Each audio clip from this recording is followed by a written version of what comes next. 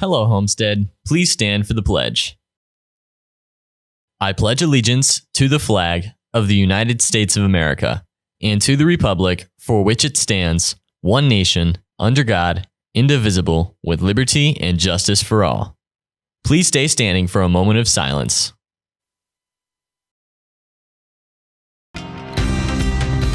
From Homestead Media, this is HHS In Depth. I think the best aspect of being able to represent my class is getting to share ideas from a different point of view of previous students. In our final installment of the 4-part series, Meeting Our Homestead Student Government, today you'll see our youngest group as the freshman class officers are introduced to you. Plus, a brand new club is underway at Homestead that can help Spartans make a big difference in this world. You'll meet the students and staff behind the all-new American Sign Language, or ASL Club. Those stories and more straight ahead.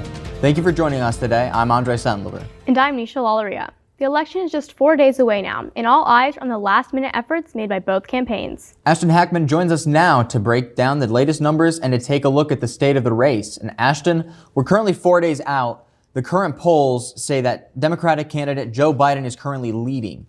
So what are his electoral college paths to get into the White House? His easiest path is through the Midwest, winning back those states that Hillary Clinton lost in 2016, Michigan, Pennsylvania, Wisconsin, those Rust Belt states that have traditionally been Democratic states, but Hillary Clinton lost in 2016. They were states that the president won by very slim margins. He won Wisconsin by 0.7%, 0.23% in Michigan, and 0.72% in Pennsylvania. So those three states alone, while carrying other states that Hillary Clinton won in 2016, would get Biden over that 270 mark. And that fits into his argument and his appeal that he's been making. I'm from the Midwest. I understand your guys' lifestyle. I'm the candidate for you. And if he wins in the Midwest, he has the opportunity to lose where Democrats have historically struggled in the South. His other path would be through Arizona and Florida. Florida is a very big state, 29 electoral votes, and the Latino vote there is just growing rapidly. It's the largest Latino electorate of all the battleground states, third largest Latino electorate in the country. So if he wins Florida, that's 29 electoral votes. That puts a big damper on the president's path. And Arizona, it's a state that has been becoming more Democratic in recent years. Romney won it by 9 points. Trump won it only by 3 points. And in the 2018 midterms, Democrats had a tremendous night winning a Senate seat. They flipped the House seat to get the electoral majority, and Biden is up in polling in Arizona. So now we know about Biden's path. Is there anything specific that Trump's going to be doing to win the election? Well, Trump's path is essentially just play defense. If he carries the states he won in 2016, he'll be reelected. And plus, those three Midwestern states are his buffer. If he carries at least one of those, Biden has to go find a state somewhere else. So if Biden flips Michigan and Pennsylvania, it's not going to be enough. He's going to have to go find either Arizona or flip Florida. So if he carries the Midwest, two of the three Midwestern states, he's reelected probably if he carries Florida. Ashton, is there a scenario where both candidates would end up with a 269 tie? There's always a chance that it could end in a tie, and this year honestly feels more likely because the three states that we were mentioning earlier, Wisconsin, Pennsylvania, and Michigan, all tie into that electoral tie scenario. If Biden flips Pennsylvania, Michigan, and flips the congressional district in Maine, which for the first time in history split its electoral votes last election, if he flips those three, we end in a tie, and that creates a very big crisis because then the House, the incoming House would choose the president and the incoming Senate would choose the vice president. So come January, we could potentially have a Democratic president and a Republican vice president or vice versa. For many Homestead students here, this will be the first election that they're actually into. So what should they look out for on election night? Definitely be looking at the numbers that come in at the poll closings. The absentee ballots, early voting, those numbers are already being tabulated now, and those will be released right away as the polls close. So we could get a good indication of who's leading when those polls close. Be looking at the early states. Ohio and North Carolina close their polls at 7:30. Then Florida comes in at 8, and then 9 o'clock we get to Michigan, Wisconsin, and Pennsylvania. So if Biden's ahead in the early vote, which by early voting numbers seems like that is the case, we should know very early if Biden has a chance based on how many people got out on election day. All right, thank you, Ashton. For the last 3 shows, we've introduced you to the members of Homestead Student Government by class, and today we bring you our final installment. Even though they're the newest students at Homestead, this is still a group hard at work to help make the school a better place. HHS In Depth reporter Michelle Obiama brings you her 4th and final story in this series. Today, you meet the freshman class officers in student government. Today we're concluding the final part of the 4-part series. Saving the best for last, today I'll be introducing you guys to the newcomers, the freshman class officers. Together we'll learn a little bit more about how they're adjusting to Homestead, as well as their new student government positions. I chose to run for student government because I wanted to bring in new ideas and get more involved freshman year. I really liked all my classmates that were running for other positions, so I thought that I would have a really fun time with them as my colleagues in student government. I chose to run because I wanted to meet new people and get more involved. For the freshman class officers, representing their class is a new feat. Well, the teachers have made it really nice and like a smoother adjustment with like COVID and everything, but like it is new and different from my past years at Woodside. It's very difficult just because high school's a lot more difficult. It's a lot more work. It's a lot different because of COVID. At my old school, there was a student council, and I was involved in 6th and 7th grade. And I think it'll differ from high school because in middle school, we would make copies for teachers or help teachers with projects. And I think in high school, we'll have a little bit more school-wide activities to plan. I think the best aspect of being able to represent my class is getting to share like ideas from a different point of view of previous students. Well, I think that it's really fun to be able to listen to my classmates' ideas to make our school a better place. The freshman class officers have begun to settle into a new school and are making sure to leave their imprint on the student body. Reporting for HHS In Depth, I'm Michelle Biama. Auditions for Homestead's award-winning show choir backup band, Anonymous Blue, will be held Tuesday, November 3rd, right after school in the band room. See Mr. Shaw for audition music and contracts. Auditions are open to any students, however, prior experience playing is necessary. Want to get into fitness but don't know where to start? Go check out Wholehearted Health Club. You'll learn how to balance healthy eating habits, try modern and fun fitness activities, and explore how to deal with stress and mental health. Join them in room 420 on Tuesday, November 3rd from 2:45 p.m. to 3:45 p.m. to kickstart your wellness journey in a supportive and judgment-free environment. Go see Mrs. Hoffman for more details. If you have watched the popular Netflix show Stranger Things and would like to know more about Dungeons & Dragons or even want to learn to play, you can every Friday in room 616 and Monday in room 604C. No materials or experiences required. Just bring your laptop and a friend. Go out and make a unique character, learn the basics of the popular role-playing game, and have fun. The Acoustic Music Club meets today and every Friday after school in room 117, Mr. Beer's room. The meeting will last until about 3:15 p.m. Today after school, the Homestead's Young Progressives Club is having its 8th meeting. Go down to Mrs. Smith's room, room 614, to discuss the presidential debate and Indiana gubernatorial debate. Everyone is welcome regardless of political affiliation, and snacks will be provided. FCCLA will have a meeting after school today at 2:45 in Miss Anderig's room, room 102. Please remember to bring forms and dues as it's not too late to join the club. Sign language is the third most used language in the United States behind English and Spanish. When we come back, you'll learn about Homestead's newest club and how Homestead students are having fun and learning about a skill that is priceless to have. The American Sign Language Club is profiled next. Stay with us. This is HHS In Depth. For the month of November, Homestead will be hosting the Give Back Challenge for Riley's Children's Hospital. Our goal is to raise $1,000 for the kids, and if we achieve this goal, our volleyball coach, Coach Holtzclaw, will be committing to dyeing her hair Riley red, as well as the rest of our team. We can't wait to meet our goal, and we encourage all staff, students, teams, and clubs to join in. Come on, Spartans, join us! MPK!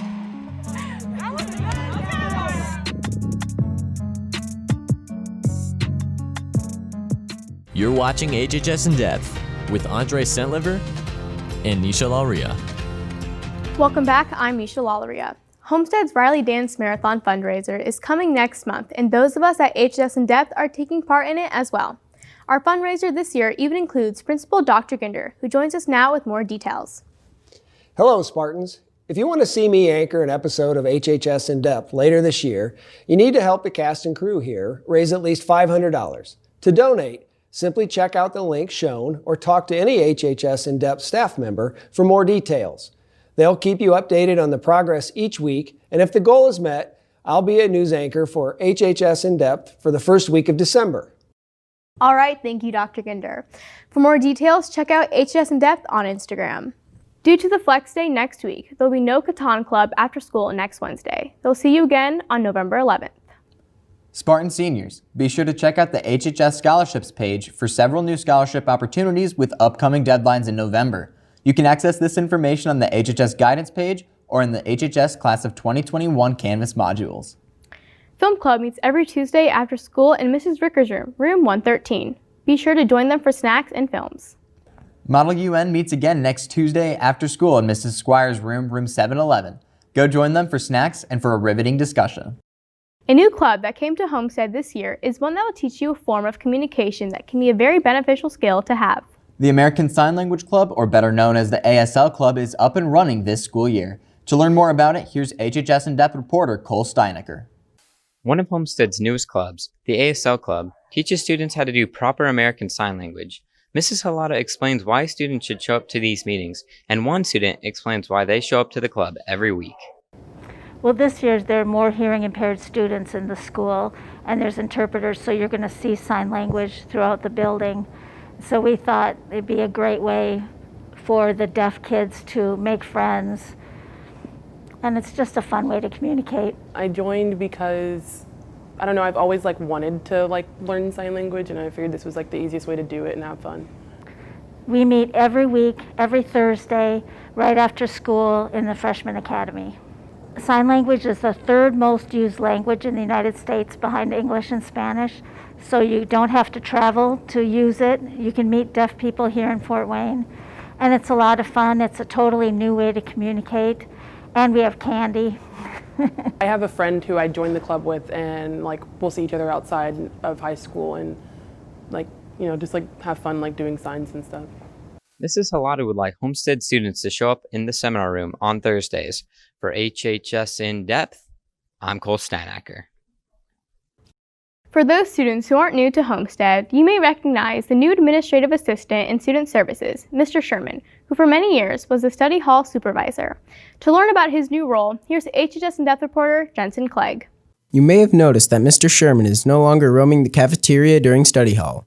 Rest assured, he is still a valued member of our wonderful faculty. Meet the new administrative assistant to guidance, a familiar face to many of the students and teachers here at Homestead.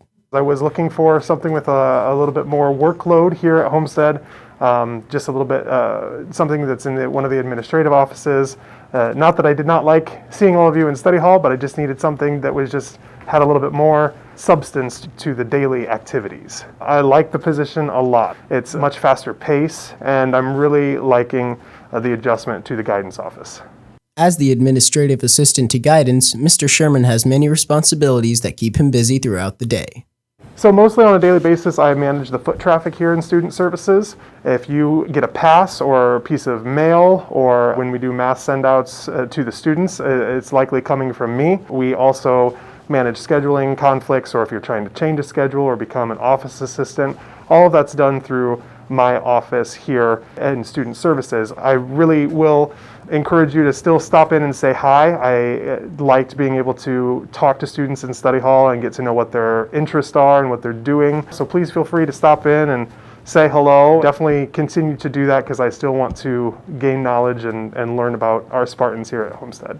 Hopefully, this helped you get to know a bit more about Homestead's administrative assistant to guidance. Our school has experienced many changes recently, so it is important to familiarize yourself with the staff and student services in case you need assistance. Reporting for HHS In-Depth, I'm Jensen Clegg.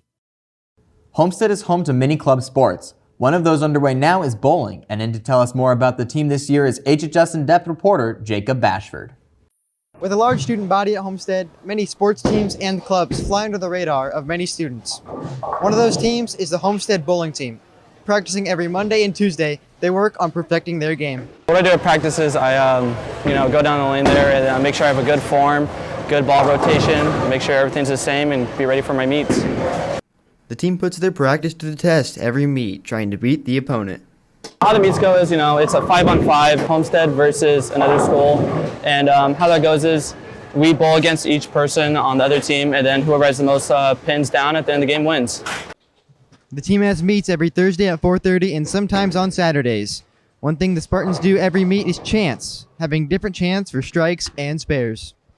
My favorite chant is Spartans out. We usually use that chant after we bowl a strike, and just helps the team have a better morale and makes the game more exciting. Nick Slavin made all the chants, and he's been a big part of the chants for our team and make sure that we have a good season.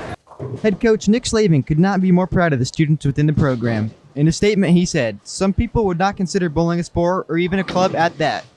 These kids go out every day and prove them wrong. I love coaching them and giving them tips. Every once in a while, I even learn from them."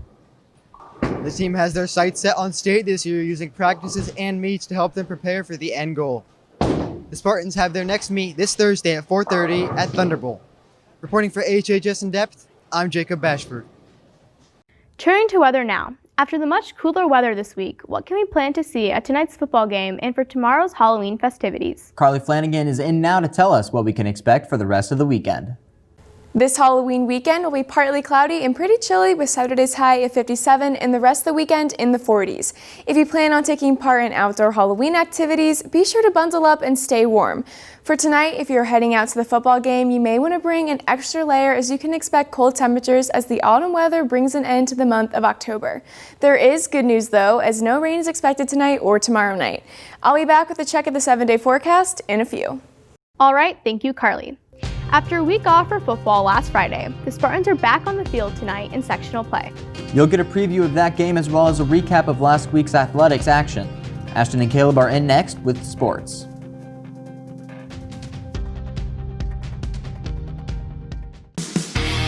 Tonight, it's Homestead versus the Snyder Panthers, a rematch from the regular season. Homestead beating the Panthers by 30 points.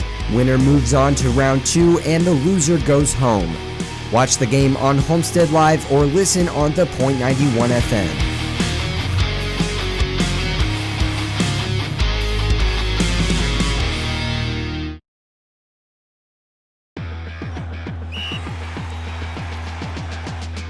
Welcome back, I'm Ashton Ackman. Just 2 teams remain in the postseason as football gears up for sectionals tonight, and the girls cross country team is preparing to return to the state finals. Over the weekend, both cross country teams competed in the semi-state race at Huntington. First up were the girls who placed 6th, led by freshman Addison Canablo in 13th place and senior Claire Weidler, who came in 38th. On the boys' side, the Spartans finished the year placing 8th at semi-state. Junior Ethan Bates finished 10th overall to punch his ticket to the state race, and senior Donnie McCardle placed 31st. Once again, congratulations to the boys cross country team on a fantastic season, and good luck to the girls and Ethan at state tomorrow.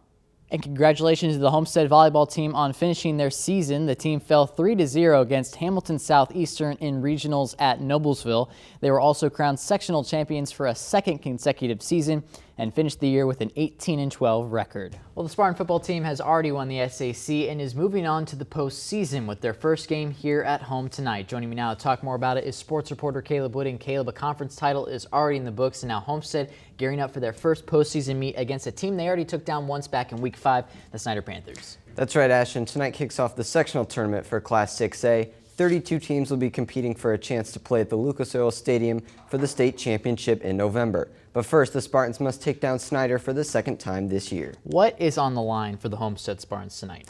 Obviously, at this point from here on out, a loss will result in the end of the 2020 season.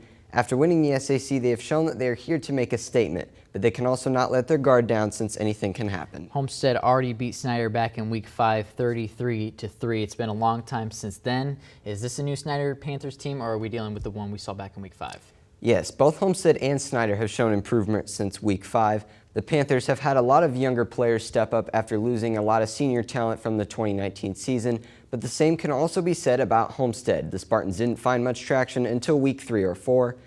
It's the Snyder defense in which they will have to watch out for. You mentioned it took a couple weeks for Homestead to find their stride, and one of those players was Evan Ormsby. You may remember he only threw 219 yards in his first 2 weeks, then put up 168 yards against the Saints. And by the time he got to Snyder and Dwenger, he really started to pop off. 300 against the Panthers team, and then a record-shattering 436 yards against Carroll.